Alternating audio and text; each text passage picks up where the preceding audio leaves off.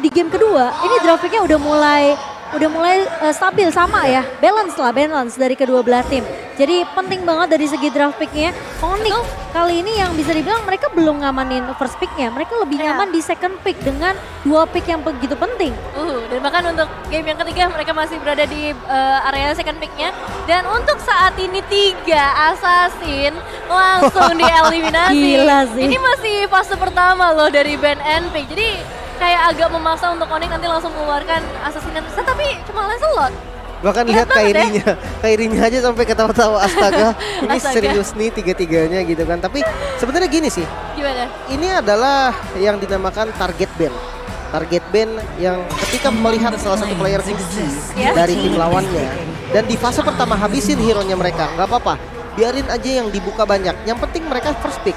Kenapa? Karena di first pick kan memang cuma bisa dapetin 1.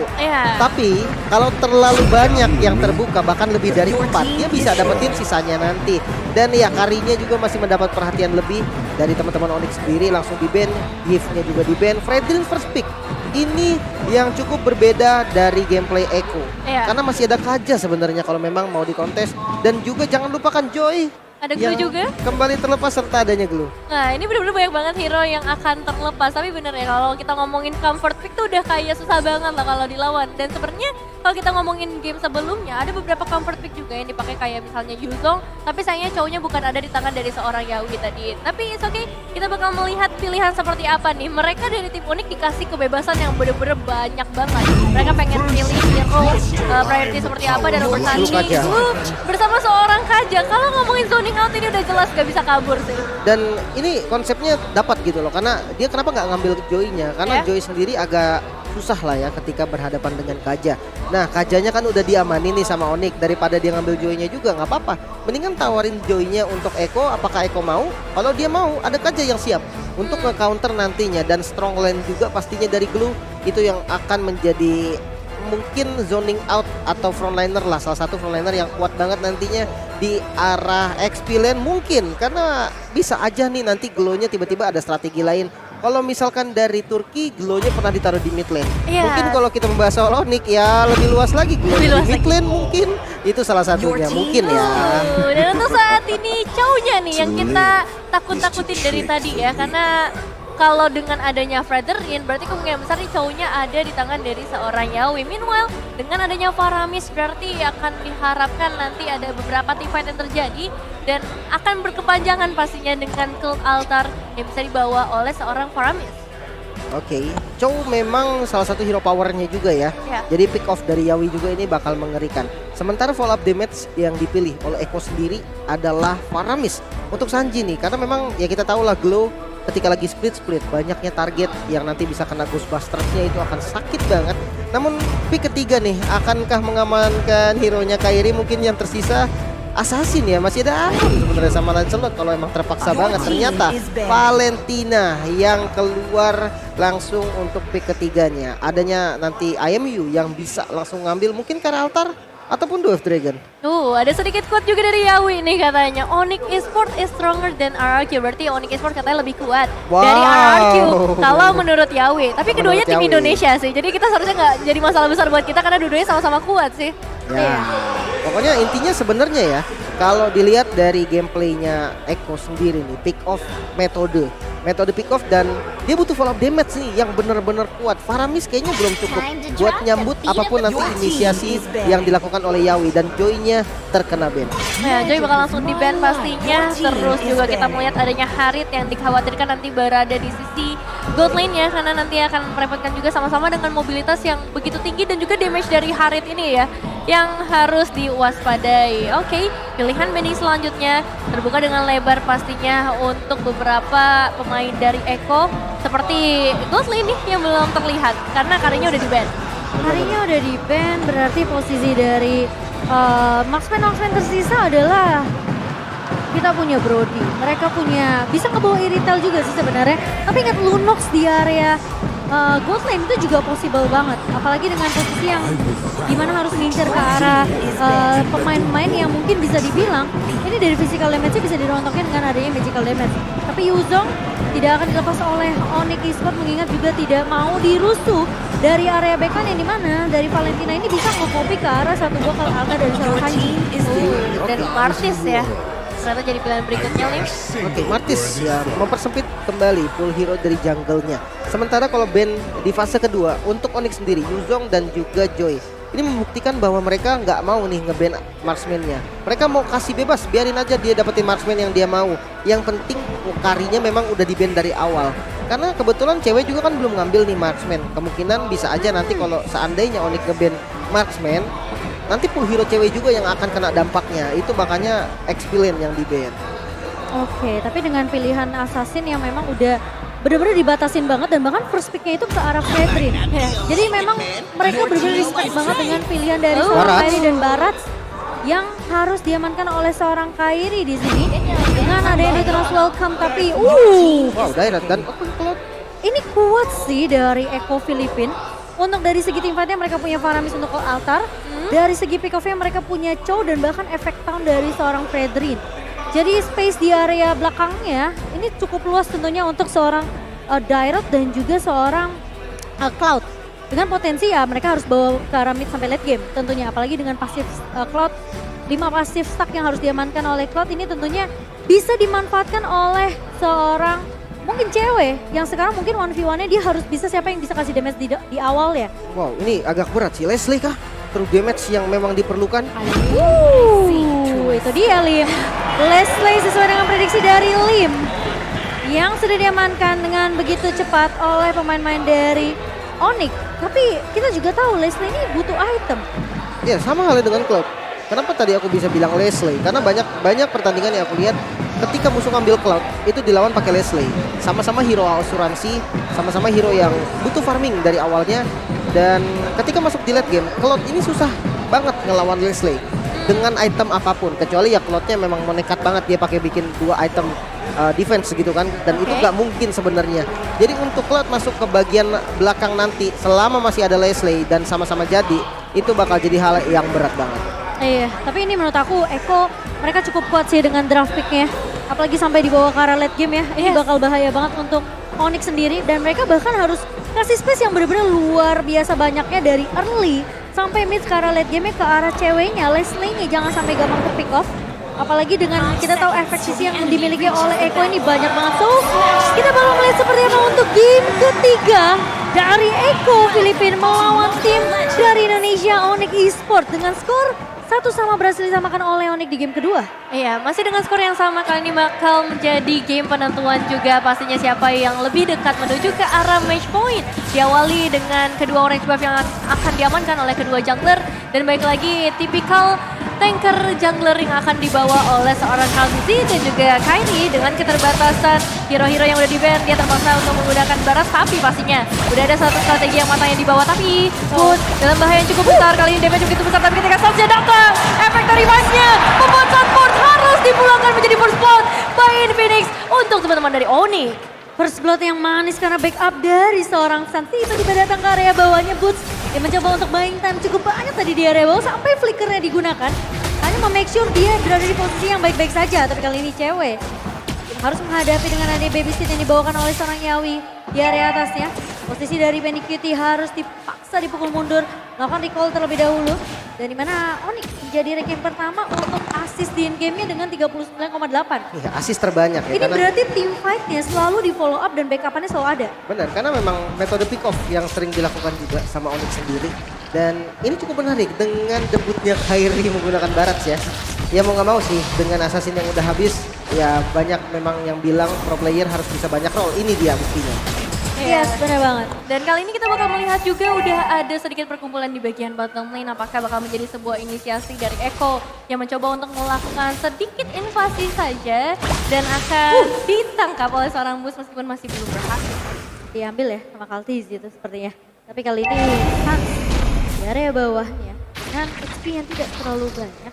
Ini harus ada backup yang datang dari seorang T-Boy Lihat juga kali ini sudah melakukan pull ke area turtle yang pertama.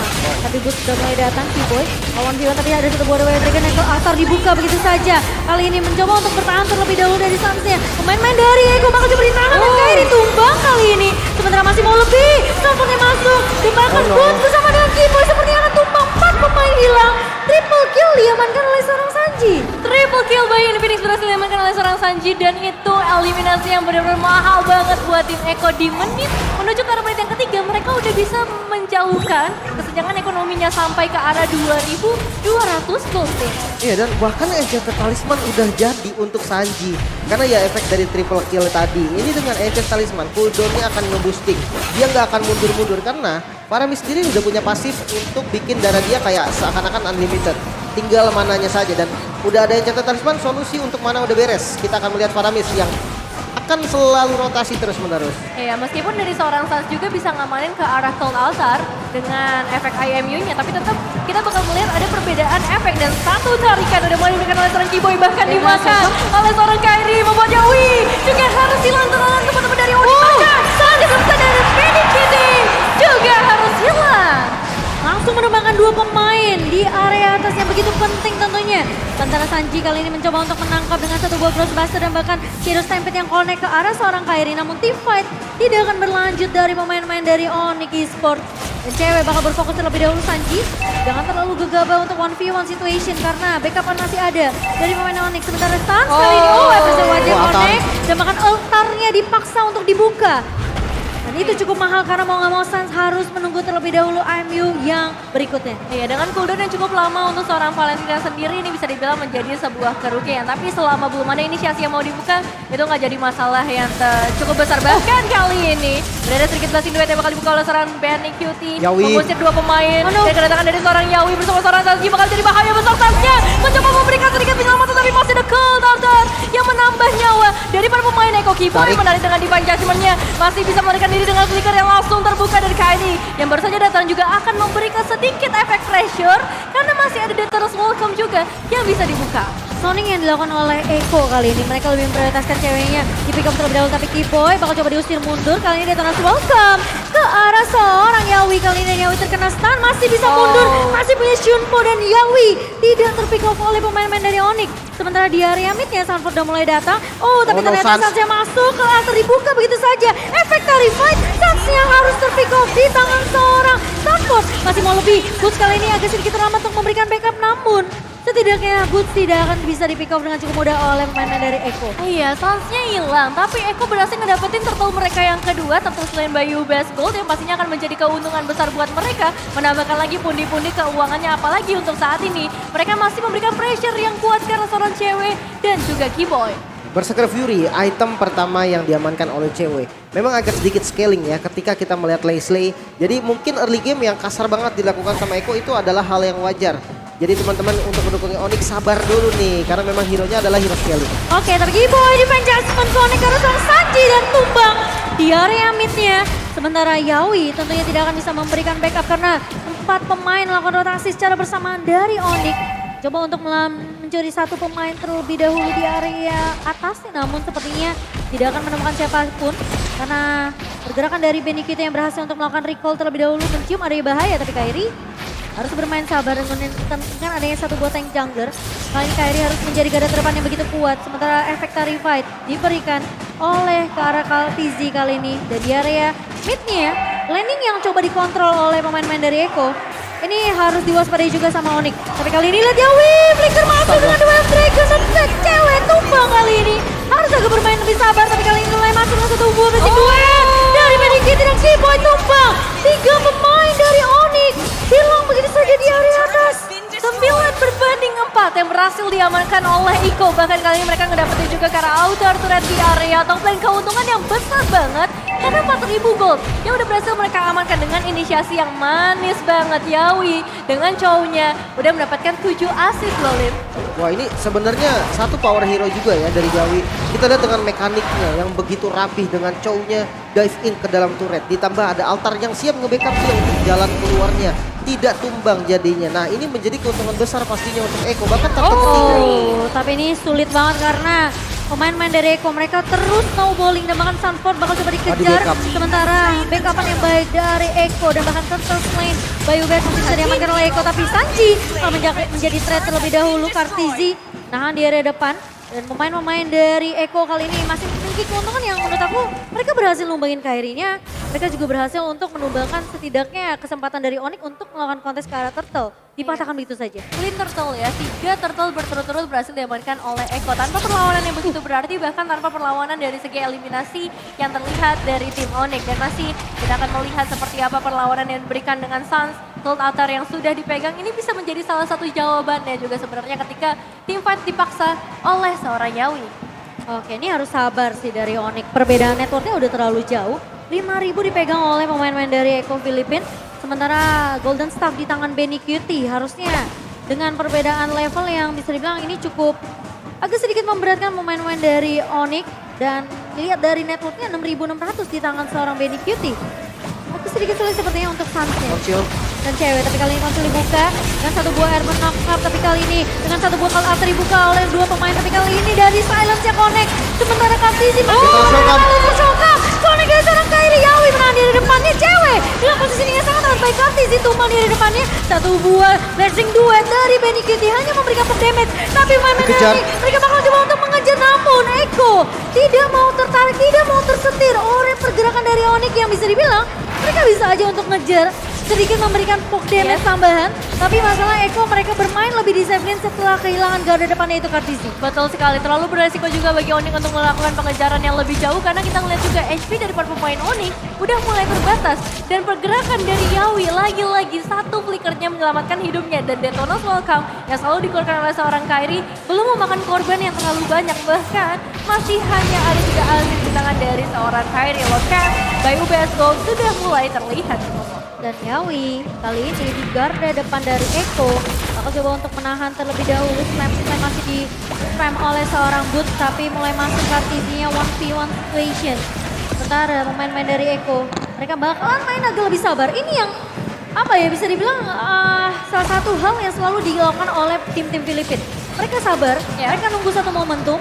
Metode pick off mungkin lagi lebih memanfaatkan bila konsilnya dibuka oleh Onyx kali ini. Tapi dengan satu body punch dari seorang Giboy ke arah seorang Sanford. Sanfordnya kehilangan immortality, tapi Benny Cutie mengejar ke arah belakang, Sanjinya tumbang dan menemankan seorang Boot. Tapi kali ini dengan efek silence connect ke arah seorang Stat masih bisa mundur ke Sansnya.